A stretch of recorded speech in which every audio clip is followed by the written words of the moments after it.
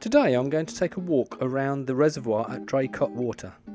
The reservoir is situated to the southwest of Rugby, and although it was a hot summer's afternoon I got parked easily. Parking is £3 for 2 hours or £5 for all day. There are a number of different walks you can take, and the information is given on the various boards about the distance for each one. I decided to do the 8k reservoir walk. As you approach the reservoir, there is an information board giving the history of Draycote Water. The first place you will see is the visitors centre, which has got toilets and drink facilities. Plenty of signs showing the routes, and the main path is accessible to all. I decided to start in front of the visitors centre with views of the sailing club and parts of the reservoir. Because of the shape of the reservoir, new vistas open up as you walk. I walked anti-clockwise and the path is very straight, with views back to the visitor centre and the sailing club. From here you have good views of the countryside, and soon the path takes a turn to the right. Carry on along the straight dam path, and at the end of this there are some good views of the countryside across the reservoir.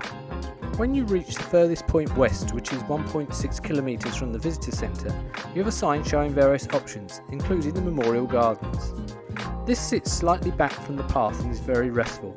It has good views of the reservoir and plenty of wildlife to see. Continuing along the road, you will see signs to the bird hides and woodland walks, and a little further up to a broad walk.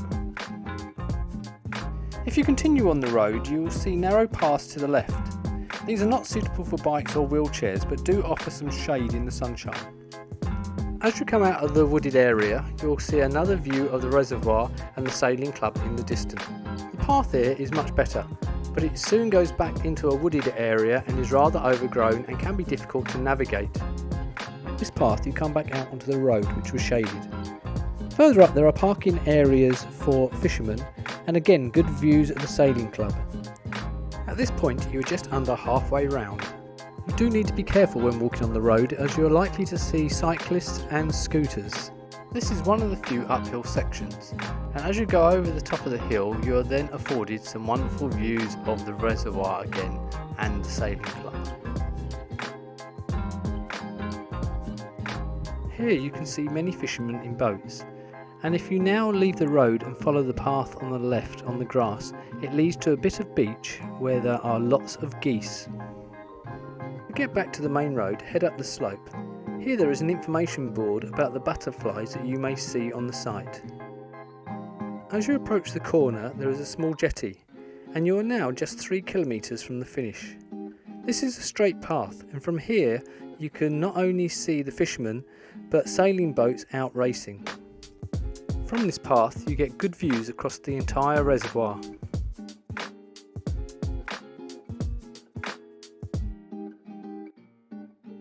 At the end of this straight path, the route turns left and heads towards the sailing club. Here you will have a better view of the people on the water.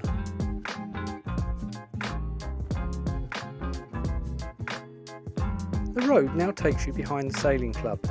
Here you can watch the many goings on as people are entering the water and leaving it. You then follow the path back to the visitor centre, where you can enjoy a well-earned rest. If you enjoyed this, why not watch the previous episodes? And don't forget to subscribe, as new content is put up weekly.